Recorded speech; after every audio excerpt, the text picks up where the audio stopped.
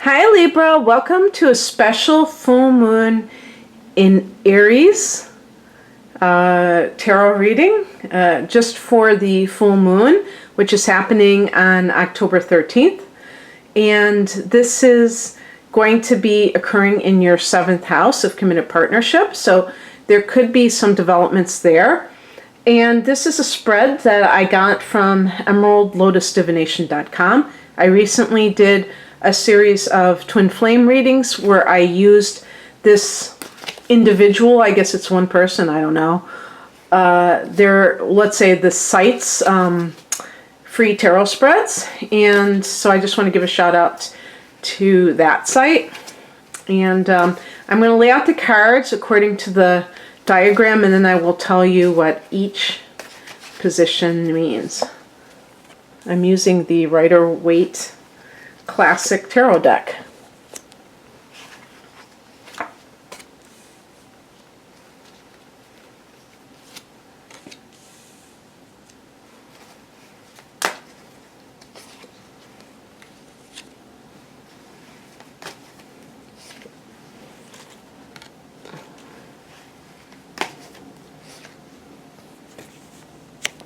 Alrighty then.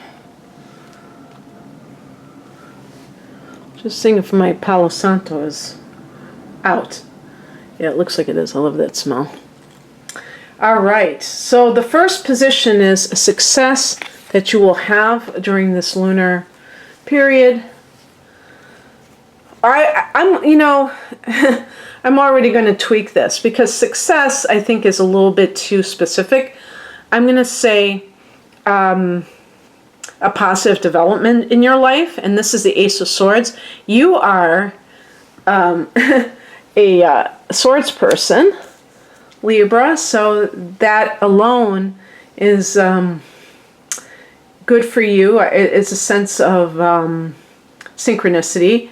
Now, I just told you that there's going to be a full moon in your relationship sector, so that could be clarity on a relationship that perhaps you have sensed that something wasn't quite right, and you find out the truth. Full moons can bring out secrets, so that's just one particular example where you're kind of seeing the truth about something as it really is. Something you should set your intention on. The Six of Pentacles. Now, in this picture, there's your scales, by the way. In this picture, you see somebody who's dressed very fancy, and they are giving coins to the needy. Now, the person is holding scales. Now, that obviously symbolizes fairness. So those who have, giving to those who have not, kind of evening the playing field. In this particular case, because Pentacles connects with currency or, material resources, we can look at currency as energy, and not just in terms of dollars and cents, but in terms of our emotional investment in something. And so whether it is in your relationship, your primary relationship, or in the workplace, you should seek fairness. And that means if you are not being compensated in a way that you deserve to be, that can indicate that you are in need of like some kind of more of an even playing field. So for instance, in the workplace, perhaps you are not getting what you deserve, and you're putting in the effort, but you're not getting back what you deserve. And maybe you've even talked to coworkers, and you know that you're being paid less than them for the same work.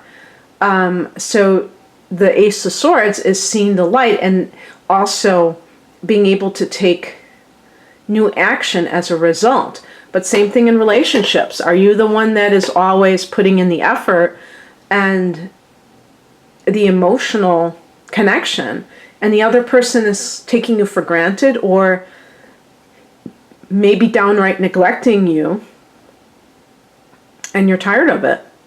And with the Ace of Swords, you're finally seeing that this is the case. Maybe you were in denial before. I think a lot of times with the Ace of Swords, it could be that the person was formerly in denial. Okay. The third position is something you should avoid during this phase. Five of Swords. This may be a person. I always associate this with Gemini. I don't know if it specifically involves them. But this is somebody who might be very deceptive. And if this is a partner, then that is just saying that this person isn't good for you. But avoiding, I would say though too, in the workplace,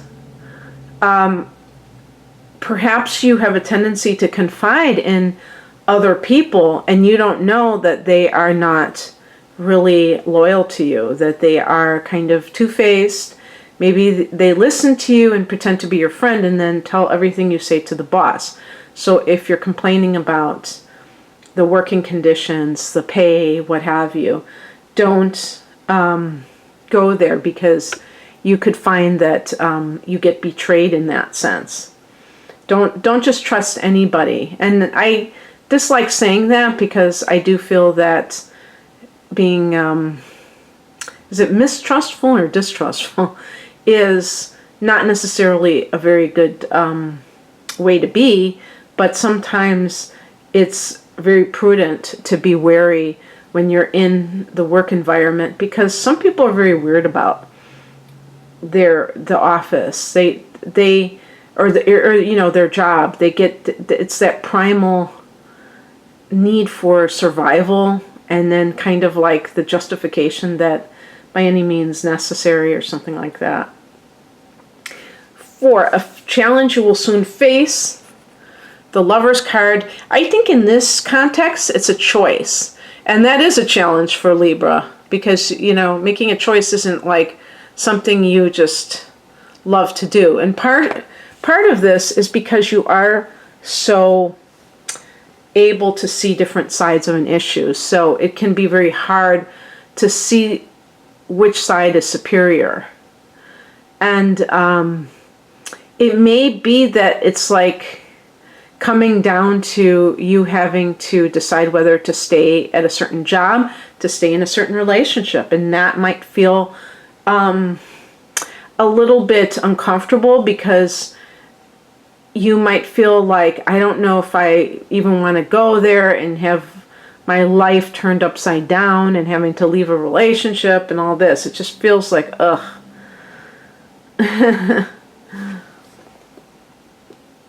Now the next position, I'm trying to scroll down here. A helpful resource I should seek that will lead me toward my life purpose. We have the 6 of Swords. Again, rather than say resource, I would say recourse. You know, so resource, we think of like some kind of an individual or some kind of a some kind of like a group or an association or something that's going to help you. But in this case, this is an action. The 6 of Swords is connected to choosing peace. Sometimes it's relocating, and so it's getting away from a certain area. It could be moving away. It could be like leaving that situation, leaving it behind. And again, I was going to say again, this could be in the workplace or in your relationship. And the Swords connect with conflict sometimes. So because you have several swords here, it could be showing that you're having this kind of like conflict that has come into your life, and you're trying to move away from it, but it's like difficult because you're not sure if you really want to maybe have to change your life radically. And the sixth card is, I noticed she uses this. She used this in the other reading.